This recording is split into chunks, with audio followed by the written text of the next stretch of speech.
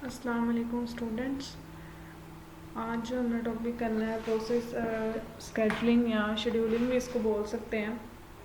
तो इसका इंट्रो हमने पहले इसकी एक डेफिनेशन पहले आप लोगों को बताई थी कि ऐसा प्रोसेस जिसके अंदर सीपीयू डिसाइड करता है मल्टीपल प्रोसेस में से कि उसने किसको सीपीयू ने अब उस प्रोसेस को परफॉर्म करना है। ठीक है, तो वो उस एल्गोरिदम को या उस कोड को हम प्रोसेस स्केजलिंग कह सकते हैं। इसकी प्रोसेस स्केजलिंग के आगे डिफरेंट एल्गोरिदम्स आते हैं जिनकी बिना पर सीपीयू डिसाइड करेगा कि मैं 10 प्रोसेस है उनमें से किसको मैंने अब उसके ऊपर टास्क परफॉर्म करने हैं। ठीक है, अब प्रोसेस स्केजलिंग या जब एक प्रोसेस से दूसरे प्रोसेस के दरमियान स्विच होता है, स्विच किया जाता है। जिस तरह मैं कह रही हूँ कि मैंने ये दूसरी स्लाइड पे गई हूँ या मैंने मिनिमाइज करके यहाँ पे कोई नया टैब ओपन कर लिया, तो ये स्विचिंग जो हो रही है वो बहुत ही कम टाइम ले रही है। तो जो प्रोसेस स्केजलिंग परफॉर्म कौन करता है? ऐसा कोड जो ये काम प्रोसेस स्केजलिंग का परफॉर्म करेगा, उस प्रोसेस को या उस कोड को प्रोसेस स्केजलर का नाम दिया जाता है। ठीक है, इसका मेन काम क्या है? Select among available processes for next execution of CPU. इसका मेन काम क्या है कि जिसने डिसाइड करना है कि मल्टीपल प्रोसेस में से किस प्रोसेस को उसने सीपीयू को देना है। ठीक है, तो इसकी क्यूज़ आती हैं डिफरेंट। इसके अंदर स्केजलिंग क्यूज़ जो है, सबसे पहले जॉब क्यू है। जॉब क्यू जब आपका प्रोसेस अभी मेमोरी में नहीं है, जस्ट हार्ड डिस्क के ऊपर या आपकी सेकेंडरी मेमोरी के ऊपर स्टोर है, तो उसको हम बोल सकते हैं जॉब क्यू में है आपकी सारी जॉब्स। हम जॉब ये प्रोसेस में डिफरेंस ये है कि जब कोई भी टास्क जो होगा वो सेकेंडरी मेमोरी में होगा तो वो जॉब कहलाएगा। अगर वो रैम में जाके स्टोर हो रहा है तो फिर वो प्रोसेस बन जाएगा। ठीक है, रेडी क्यू। रेडी क्यू में क्या है कि जब सारे प्रोसेसेस रैम में आ जाते हैं, रेडी होते हैं कि वो बस सीपीयू का वेट कर रहे हैं, जैसे ही उन्हें सीपीयू मिलेगा फ़ौरन से अपना टास्क परफॉर्म कर लेंगे। ठीक है, जिस तरह हमें पता है कि सीपीयू ने तब भी कोई टास्क परफॉर्म करना है जब तक वो प्रोसेस मेमोरी में नहीं होगा। डिवाइस क्यू, ऐसे प्रोसेस जो वेट कर रहे हैं किसी डिवाइस का, आईओ डिवाइस हो सकती है वो कोई, ठीक है, कोई सॉफ्टवेयर हो सकता है। तो ऐसे सारे प्रोसेस को किस में रखा जाएगा? वेटिंग क्यू भी इसको बोल सकते हैं। तो ये 3 क्यूज़ की जो है टाइप्स है। जॉब के अंदर वो प्रोसेसेस या जॉब्स होंगी जो अभी रैम में नहीं है बल्कि सिर्फ सेकेंडरी मेमोरी में है, लेकिन रेडी क्यू के अंदर सारे प्रोसेसेस जो इस वक्त मेमोरी में हैं रेडी हैं और वेट कर रहे हैं एग्जीक्यूट का। क्यों वेट कर रहे हैं? क्योंकि अभी सीपीयू फ्री नहीं है। इसी तरह डिवाइस क्यू जो वेट कर रहे हैं किसी आईओ डिवाइस का, तो वो सारी क्यूज जो सारे प्रोसेस जो होंगे वो डिवाइस क्यू में रखे जाएंगे। अच्छा,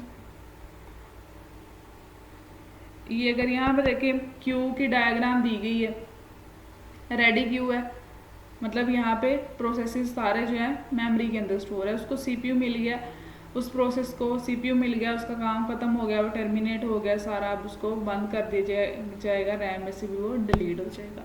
लेकिन आगे अगर नहीं वो उसका काम सारा ख़त्म हो रहा तो आगे उसके फर्दर ऑप्शंस आएंगे। ऑप्शन कौन कौन से हो सकते हैं? आयो रिक्वेस्ट है, टाइम स्लाइस एक्सपायर्ड है, fork and child, wait for interrupt, ये सारे ऑप्शन हो सकते हैं इसके अंदर। ठीक है, आयो रिक्वेस्ट पे कब जाएगा? जब सीपीयू के पास भी प्रोसेस था, उसे किसी प्रिंटर की किसी कीबोर्ड की ज़रूरत पड़ गई है उस प्रोसेस को, लेकिन अभी वो डिवाइस फ्री नहीं है तो उसको आयो क्यू के अंदर भेज दिया जाएगा, उसको आयो दे दी जाएगी। जैसे ही उसको आयो मिल गई है, उसका कीबोर्ड का काम ख़त्म हो गया, वापस उस प्रोसेस को दोबारा से रेडी क्यू के अंदर भेज दिया जाएगा। इसी तरह अगर उस प्रोसेस का टाइम एक्सपायर हो गया है, तो मतलब उसका इंटरवल था कि उसने 5 मिनट चलना है, तो वो उसका काम ख़त्म हो गया, टाइम उसका ख़त्म हो गया, तो उसको रेडी क्यू में भेज दिया जाएगा। तो ये हमने डायग्राम पहले डिस्कस की थी। ठीक है, आगे चलते हैं। स्केजलर क्या चीज़ है?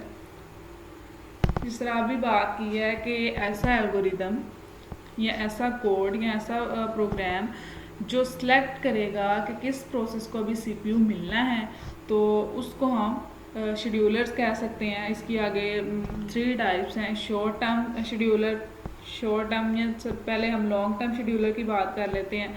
ये इस डायग्राम की तरफ अगर देखें, यहाँ पे न्यू है, और ये रेडी है। न्यू में से जो भी जॉब्स हैं उसको उठा के रैम में लाना, ये किसका काम है? लॉन्ग टर्म शेड्यूलर का काम होगा। ठीक है, मतलब न्यू में से रेडी की तरफ जाना, उसमें से जॉब्स को सिलेक्ट करके प्रोसेस बनाना, ये लॉन्ग टर्म शेड्यूलर का काम। लॉन्ग टर्म इसको इसलिए कहा जाता है कि हो सकता है वहाँ पर रैम फ्री नहीं है, वहाँ पर ज़्यादा टाइम लग रहा है और फिर उसको बार बार वो काम नहीं परफॉर्म करना पड़ रहा, वहाँ पे टाइम ज़्यादा लग रहा है। ये देखें, long term select which process should be brought into the ready queue. जिसने क्या डिसाइड करना है कि रेडी क्यू में से इसमें न्यू क्यू में जितने भी प्रोसेस पड़े हुए हैं उनमें से किन को उठा के रेडी क्यू में लेके आना है। लॉन्ग टर्म शेड्यूलर जो इन्वॉक होता है सेकंड या मिनट की फॉर्म में, मे बी स्लो, इसलिए इसको लॉन्ग टर्म बोला जाता है। लॉन्ग टर्म को हम ये भी कह सकते हैं डिग्री ऑफ मल्टी प्रोग्रामिंग। ये लॉन्ग टर्म शेड्यूलर क्या करता है? कंट्रोल करता है degree of multi programming. Degree of multi programming क्या है कि मतलब रैम के अंदर कितने टोटल प्रोसेसेस मौजूद हैं, उन सारे प्रोसेस को डिग्री ऑफ मल्टी प्रोग्रामिंग कहा जाता है। अगर रैम के अंदर ज़्यादा हो जाएगी डिग्री तो इट्स मीन स्लो हो जाएगी स्पीड। तो इसका लॉन्ग टर्म शेड्यूलर का क्या काम है? उसने देखना है रैम के पहले स्पेस है या नहीं, अगर तो स्पेस है तो फिर वो न्यू में से उठा के रखे उसको रेडी में। ठीक है, शॉर्ट टर्म शेड्यूलर का क्या काम है? रेडी में से उठा के उसने लेके जाना है रनिंग तक।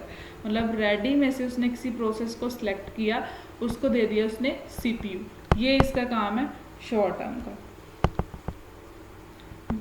Select which process should be executed next and allocate CPU। इसका मेन काम क्या है कि उसने बताना है कि किस प्रोसेस को अब CPU मिलेगा। शॉर्ट टर्म जो इन्वॉक्ड होता है मिली सेकेंड की फॉर्म में, इसलिए इसकी स्पीड जो कह लें ज़्यादा है, इसलिए इसको शॉर्ट टर्म भी बोला जाता है। उसके बाद प्रोसेस को हम डिवाइड कर सकते हैं, प्रोसेस को हम डिस्क्राइब कर सकते हैं टू फॉर्म्स में या टू इसकी टाइप्स आप कह लें। कुछ प्रोसेस ऐसे होते हैं जो आयो बाउंड होते हैं, कुछ CPU बाउंड है। आयो बाउंड मतलब जो ऐसे प्रोसेस जो बहुत ज़्यादा आयोस को यूज़ कर रहे हैं एज़ कम्पेयर टू CPU।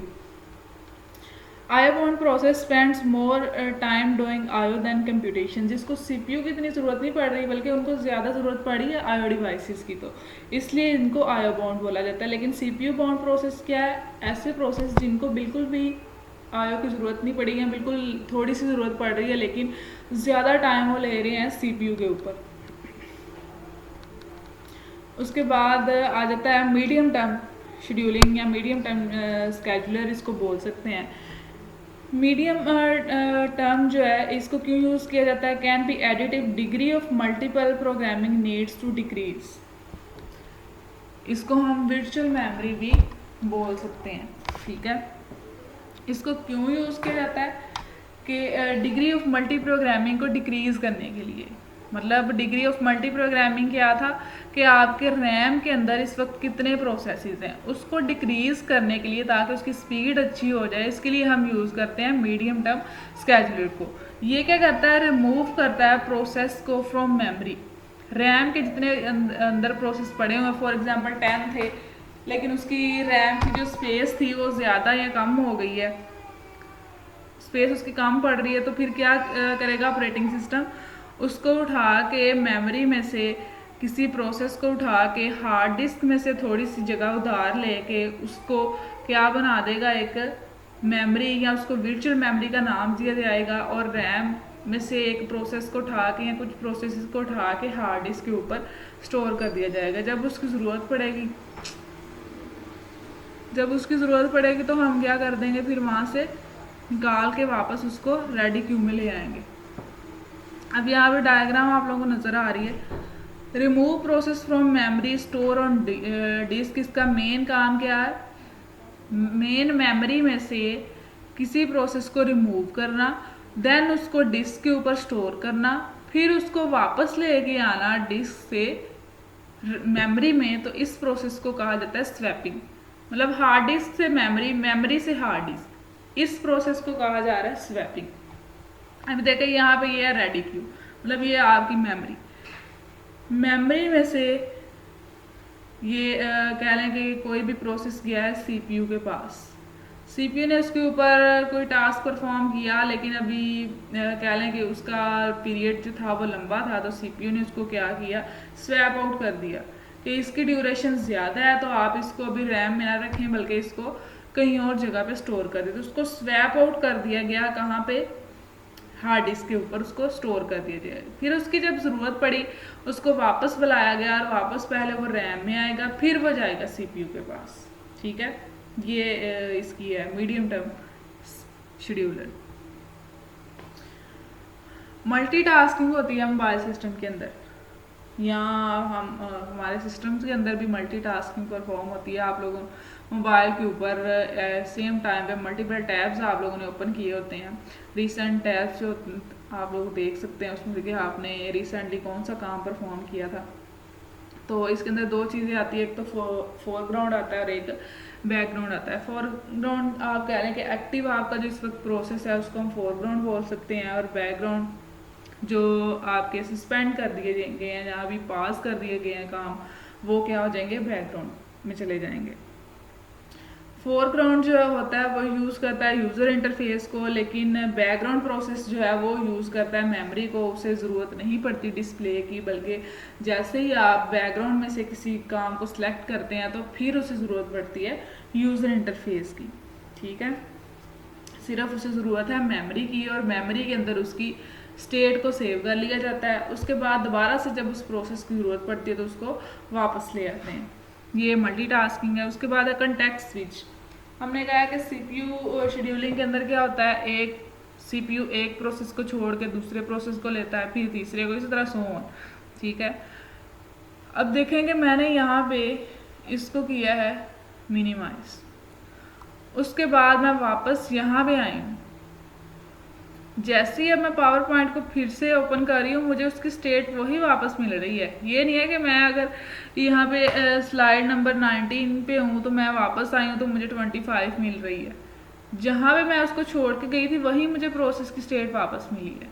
ठीक है, तो ऑपरेटिंग सिस्टम क्या काम परफॉर्म करता है कि अगर स्विचिंग हो रही है, एक प्रोसेस से दूसरे प्रोसेस की तरफ हम जा रहे हैं, तो पिछले वाले प्रोसेस की स्टेट को सेव कर लिया जाता है। हम लोगों ने पीसीबी पढ़ा था पहले लास्ट लेक्चर में, प्रोसेस कंट्रोल ब्लॉक। उसके अंदर उसका कंपोनेंट था प्रोसेस स्टेट, उसके अंदर हम स्टोर करते थे प्रोसेस की स्टेट को कि इस वक्त प्रोसेस की स्टेट क्या है, वेटिंग में है, रेडी में है, रनिंग में है, क्या उसकी स्टेट चल रही है। ठीक है, When CPU switch to another process, the system must save the state of the old process. जैसे उन्होंने कहा CPU के पास कोई नया प्रोसेस आता है, वो स्विच होने लगता है, तो पहले पुराने वाले प्रोसेस की स्टेट को सेव कर लिया जाता है। Context of a process represent in the PCB. जो भी इसकी स्टेट होगी उसको कहाँ पे स्टोर किया जाएगा, पीसीबी के अंदर। The more complex the OS and the PCB, longer the context switch. अब जितना ज़्यादा उन्होंने कहा आपका ऑपरेटिंग सिस्टम कम्प्लेक्स होता जाएगा उतनी ही ज़्यादा आपकी पीसीबी के अंदर ज़्यादा ड्यूरेशन की कंटेक्स्ट स्विचिंग होती जाएगी। ठीक है, time dependent on hardware support. इसी तरह कह लें कि multiple context loaded at once. अगर हम बात करें एक प्रोसेस बार बार जा रहा है, आईओ में जा रहा है, या मैं कह रही हूँ कि आईओ पे वो 10 मिनट से है, तो उसको बार बार उस स्टेट को सेव नहीं किया जाएगा, बल्कि सिर्फ एक ही बार उसको उसकी पीसीबी में, उस प्रोसेस की पीसीबी में उसको स्टोर कर दिया जाएगा। इस तरह हमने पहले पढ़ा है कि हर प्रोसेस का अपना पीसीबी होता है। पीसीबी के अंदर रजिस्टर्स थे, प्रोसेस स्टेट्स थी, काउंटिंग रजिस्टर्स थे, इस तरह। ठीक है, ये हम लोगों ने कंपोनेंट्स पहले पढ़े हैं पीसीबी के। तो प्रोसेस स्टेट में उसकी स्टेट को सेव कर दिया जाएगा। यहाँ पे होगा भी, एक बार आप लोगों को दिखा देती हूँ। ये रहा पीसीबी। पीसी के कंपोनेंट्स क्या थे, प्रोसेस स्टेट था, प्रोग्राम काउंटर था जो नेक्स्ट इंस्ट्रक्शन को सेव कर रहा था, सीपीयू रजिस्टर्स थे जो डाटा को स्टोर कर रहे थे, सीपीयू स्केजुलिंग इंफॉर्मेशन के अंदर था कि अगर शेड्यूलिंग हो रही है तो कौन सा एल्गोरिथम अप्लाई किया है। मेमोरी मैनेजमेंट इंफॉर्मेशन के अंदर था कि प्रोसेस ने कितनी मेमोरी यूज़ की है, कौन सा उसका एड्रेस था, सारी मेमोरी से रिलेटेड इंफॉर्मेशन स्टोर की जाएगी। अकाउंटिंग इंफॉर्मेशन में कि जब प्रोसेस सीपीयू के पास आया था तब सीपीयू का टाइम क्या था, उसने कितने टाइम के लिए प्रोसेस को चलाया, सस्पेंड स्टार्टिंग टाइम क्या था, एंडिंग टाइम क्या था। आयो स्टेटस इन्फॉर्मेशन के अंदर क्या होगा कि इस प्रोसेस ने कौन कौन सी आयोस यूज़ की, डिवाइसेस का नेम क्या था, ये सारा इसके अंदर स्टोर किया जाएगा। ठीक है, तो ये था हमारा आज का लेक्चर, और नेक्स्ट लेक्चर में हम एल्गोरिदम पढ़ेंगे डिटेल से। ठीक है, प्रोसेस स्केचलिंग एल्गोरिदम से। ओके क्लास, अल्लाह हाफिज़।